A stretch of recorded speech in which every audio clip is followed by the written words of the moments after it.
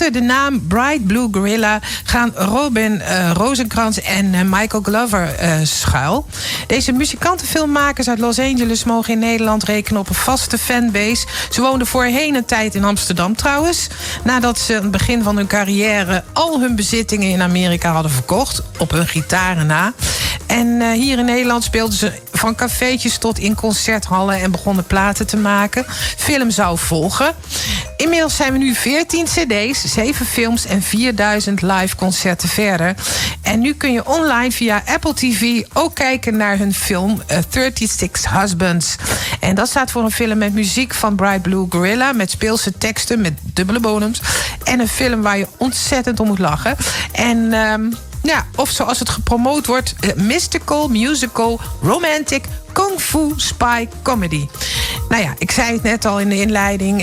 Ik heb de dame van het duo wat vragen voorgelegd in Los Angeles. Dat heb ik schriftelijk gedaan. En toen zijn ze elkaar gaan ondervragen met mijn vragen. En daar kwam het volgende interview uit.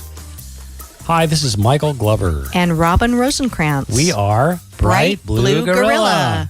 Okay, so I'm going to read the question and then we'll answer it. So first, 36 Husbands was self-released. You don't work with a movie company? Does that mean you want your own control? 36 Husbands is our 7th feature film. And like all our films, we decided to self-release, self-distribute, and basically build a movie company to do what we love. Now, we do have a distributor that puts the movie on video on demand platforms like iTunes, Amazon, different places like that. So we're not alone in it, but as the creative force behind the films, we are truly independent. Yeah, and you know, way back in 1990, Michael and I met in Los Angeles at a music club, and we ended up writing a love song. Fell in love. That's what happens when you write a love song. That's right. And that was when we decided, let's quit our jobs in Los Angeles, let's sell everything we have and buy one-way tickets to Amsterdam. Yeah, we've been touring the world ever since and making music and movies. And it's been an exciting, unpredictable adventure that was never boring for one single second. Sometimes it's scary, but it's never boring. That's true. But we decided to create our own content because we didn't want to wait around to get permission, you know, from a company to do what we love. Next question. How did you gather people around you to take part in a project like this film? After 30 years of traveling, we meet amazing, interesting, talented people everywhere we go.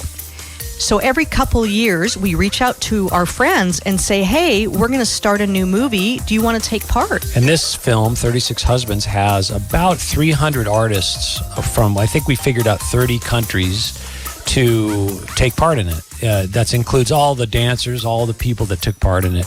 And it's a really labor of love, really. Everybody's there because they enjoy the idea of the project, and they're there as artists to support their fellow artists. And what's really neat is everywhere we shoot around the world, like 36 Husbands was shot in Australia, in Berlin, Frankfurt, Paris. Dortmund, Paris, Los Angeles. Everywhere we went, people opened their homes to us for us and our actors to stay, but also to locations.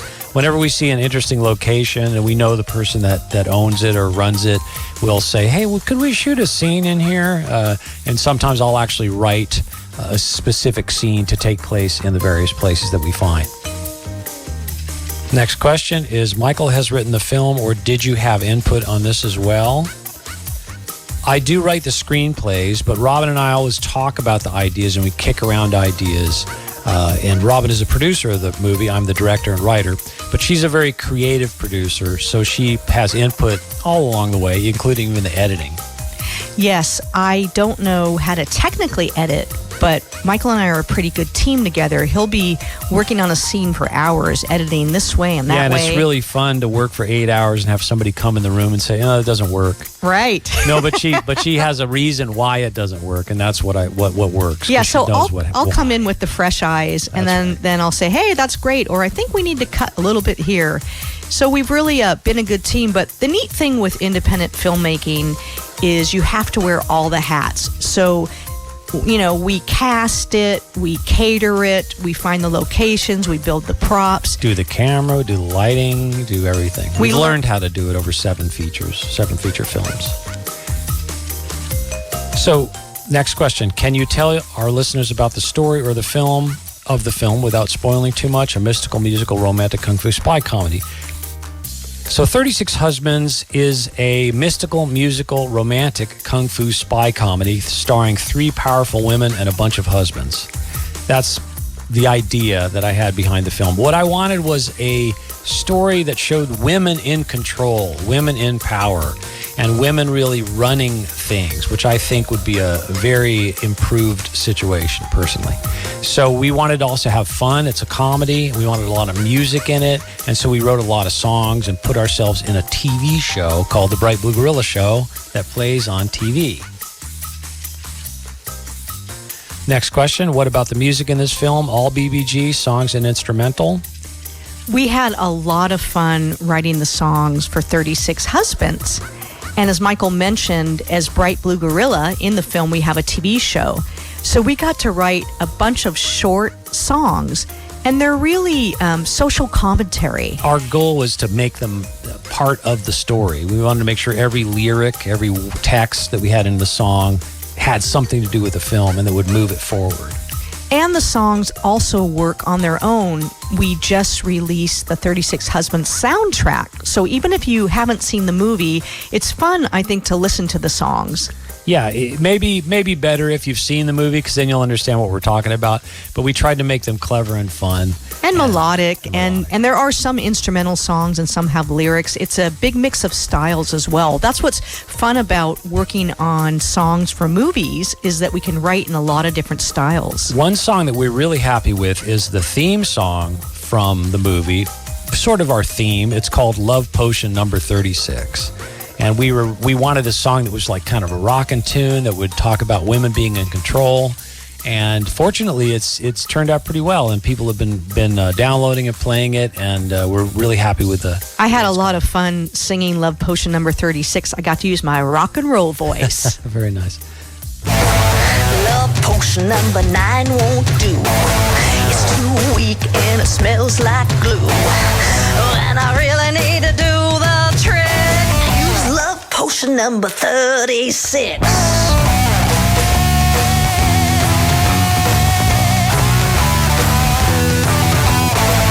Cupid gave me a golden bow. He lined up the men like ducks in a row. He said, when you want to make the arrow stick, use love potion number 36. Raining men like a plague from the heavens. I lost count at 36 or 37. Take out the trash, save the world from ruin. It's a dirty job, but somebody's got to do it. Delilah played the game too fair. When she cut off Samson's hair, she could have shrunk his muscles quick if she used love potion number 36.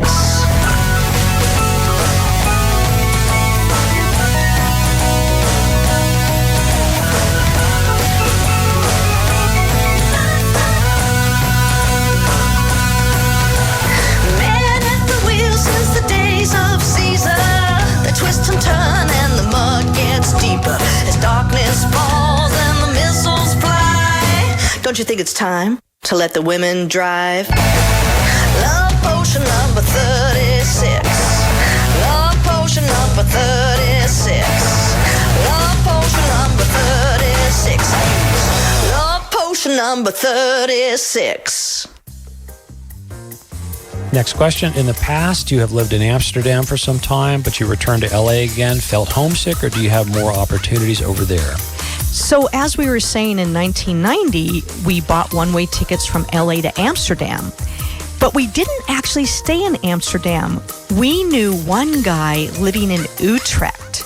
So he picked us up at the Amsterdam airport and brought us to Utrecht. Actually, Marsenbroek. We stayed in a very small town, a beautiful home on a canal, our very first night in the Netherlands. But we really fell in love with Holland. And for the last 30 years, we always tour Holland. But lately we've been spending more time in Berlin, and our lives are really project-based. So people say, where are you from? Where do you live? The thing is, once we started touring, we never stopped touring. So we were in Netherlands for a while, but one thing is we've played in every single little town in the Netherlands at some point. We stopped counting at about 2,000, I think, shows in the Netherlands.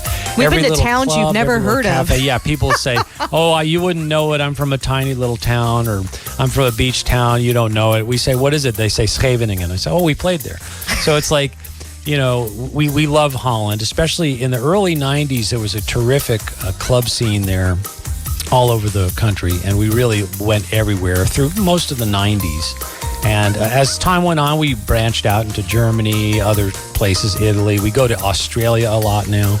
India, we spend a lot of time in India. Whenever we go back to Netherlands, though, it's a bit like coming home. It's very nice. Yeah, it really is. But we also, when we're not on the road, we will be in Los Angeles for periods. We still have family and friends here. And in Los Angeles, we like to focus on films and TV here as actors and also songwriters. We've had some pretty good opportunities here. Like we were in an Alec Baldwin film called The Last Shot. You can find that. It's still going around on all the internet portals. The Last Shot with Alec Baldwin and Matthew Broderick. And LA really is a great place.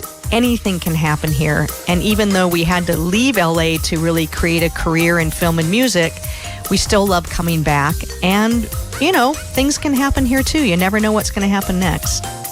Okay, the next question says 36 Husbands can be watched on Apple TV. We'll play the title track of the film. Can you tell us more about that song? I already talked about that song, so I think that's good. The next question, are you busy with other new plans at the moment? So right now, as we know, we're all in lockdown with this pandemic. Michael and I were actually on the road in Australia touring with 36 Husbands. It was going great. Right? And we go around the world. We do concerts and movie screenings and Q&A in art house cinemas. And we thought, God, what a tour. The ABC radio, that's the national radio, they're playing us. We're getting all these invites. Everything's terrific. And it's like, what is Corona? Corona what? What is that? What? Huh? And then all of a sudden, everything canceled.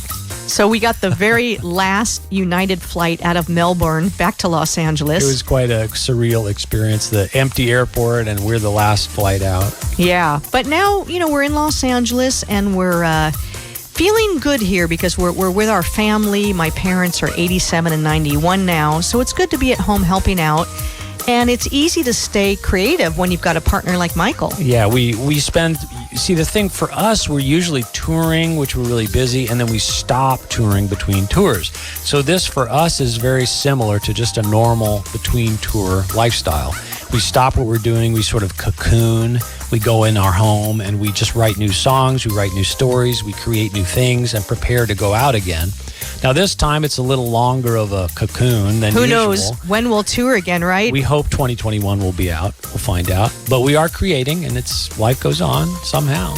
That's right. So we wish everybody inspiration and joy in the Netherlands, and we hope we can come tour again in 2021. And dankjewel en tot ziens. Dankjewel.